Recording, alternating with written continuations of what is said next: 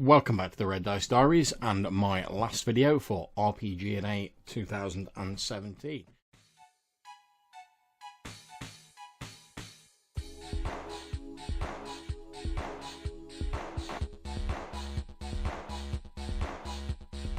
Now, I've fallen a bit behind in the last week, so rather than try and do separate videos for each day, I'm just going to do one video now, which is going to cover day 24 up to day 31.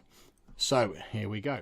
Question 24 is, share a pay-what-you-want publisher who should be charging more? Now, I think without a doubt, as far as I'm concerned, this one has to go to Evil Hat, who are the publishers of Fate Core and Fate Accelerated. Not only are their Fate main rulebooks pay what you want and also available as the system reference documents online, but all of their Fate world books are as well. I subscribed to their Patreon a while back, since I think the company puts out consistently high quality products that I enjoy reading and running, and even ones that I haven't got around to running yet, more due to a lack of time than any desire on my part. They always have something in them that I find interesting to read and that I can take away and incorporate into my own games. As far as I'm concerned, they deserve to reap the rewards for their hard work. Question 25 is, what is the best way to thank your GM? Now, I can only really speak about this from a personal point of view, but for me, the best way to thank a GM for running a game is to make some time for the game. Show up on time and really just throw yourself into it. I know that I run games because it gives me a tremendous amount of satisfaction to see players engaging with and enjoying the game. That's the reward I get out of it. That's the payoff, if you want to call it that. Now, I know some people are going to say, God, John, real life has to take priority over roleplay. And that's true. Everyone has real life stuff that occurs unexpectedly and that puts a dent on our RP time. That's fine. However, in my experience, often things that prevent a person attending a session could have been avoided if the person had organised themselves a little better. I find it infuriating that I can set aside 4 hours plus to run and prep a game, but there are people seemingly incapable of organising themselves sufficiently to just turn up and actually play, or at least giving the GM some advance warning. Can you tell this is a bit of a bugbear of mine? Question 26 is, which RPG provides the most useful resources? Now, you might be expecting me to wax lyrical about the glories of the Fate system or Powered by the Apocalypse here, but when it comes to the most useful resources, I'm actually going to suggest a system that I own but have never played, and that is this one here, GURPS. You can see my 4th edition set here. Now, for anyone who doesn't know, GURPS is a modular system designed with loads of plug-and-play content so that you can run whatever genre, tech level, etc. that you want. The system itself is a little crunchy for my liking. However, the source books are full of great ideas, particularly the ones based on historical or supernatural themes.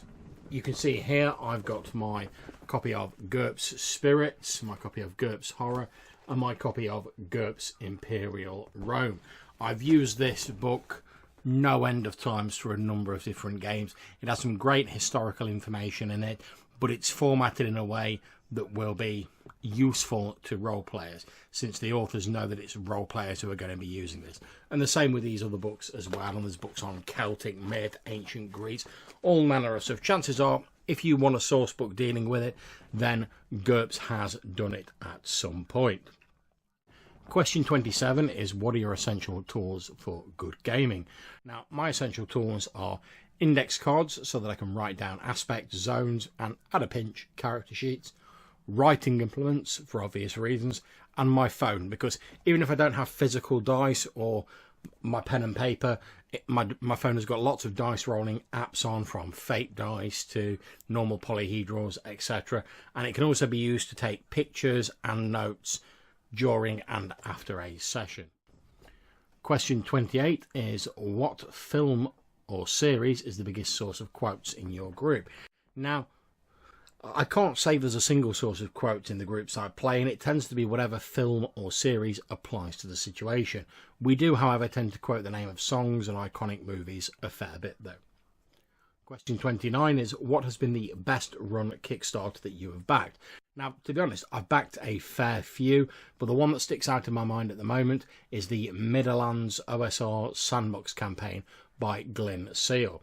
Although I got on board with this fairly late on in the day, the preview copies I've seen are absolutely great.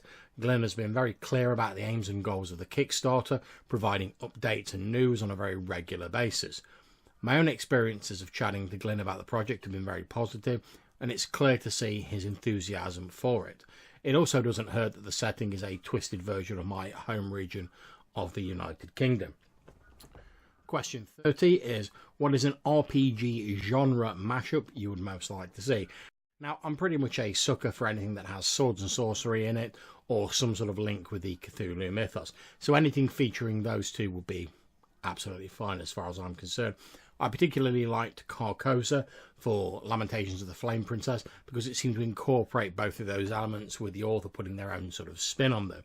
And I'm now eagerly awaiting Leagues of Cthulhu for the Ubiquity system, which unfortunately I've still not got round to playing that system, but I'm hoping, you never know, in the future. And that brings me neatly on to question 31. What do you anticipate for gaming in 2018? Now, I'm not going to make any massively grand predictions, and I'm just going to talk a little bit about a few things that I'm sort of looking forward to in the near future. So, not to blow my own trumpet, but myself and Lloyd Jan have been working on a Fate Fantasy pirate setting called Storm and Sail, based loosely on a fantastic version of the 18th century Caribbean.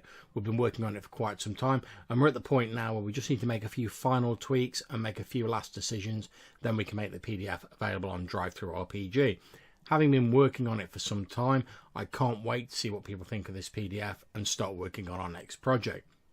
When it comes to stuff I'm not directly involved with, as well as the Midlands Kickstarter that I mentioned earlier, I'm very much looking forward to seeing the Fate Toolkit line develop. I very much enjoyed the original Fate Toolkit as a sort of grab bag of extra rules, and I've had fun reading through my PDF of the recently released Antagonist Toolkit. I'm keen to see how Evil Hat are going to provide additional options for specific genres and types of game in the future. After all, I'm a big fan of having more options for game systems. Like I say, I'm not directly involved with this toolkit at the moment, although if I did get a chance to become involved in any of the writing for that, I would jump on it in a hot minute. Otherwise, I'll be there in the crowd of eager Fate heads waiting to get my grubby mitts on future releases. So, there we are. That's it for this year's RPG Day for me. I've enjoyed making the videos. Hopefully you've enjoyed watching them. And I've certainly found it interesting watching other people's and finding out a little bit more about the people who make up the RPGing community. Looking back on it, I think perhaps doing a video per question and per day was a little bit ambitious, and due to real life stuff going on, wasn't a sustainable pace for me in the long run. When it comes around to RPGADay 2018, because obviously I still want to be involved in it, why would you not?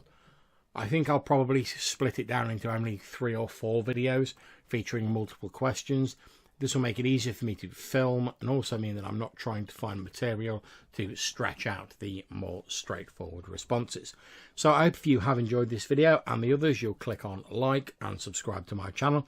Until I see you next time, take care and happy gaming.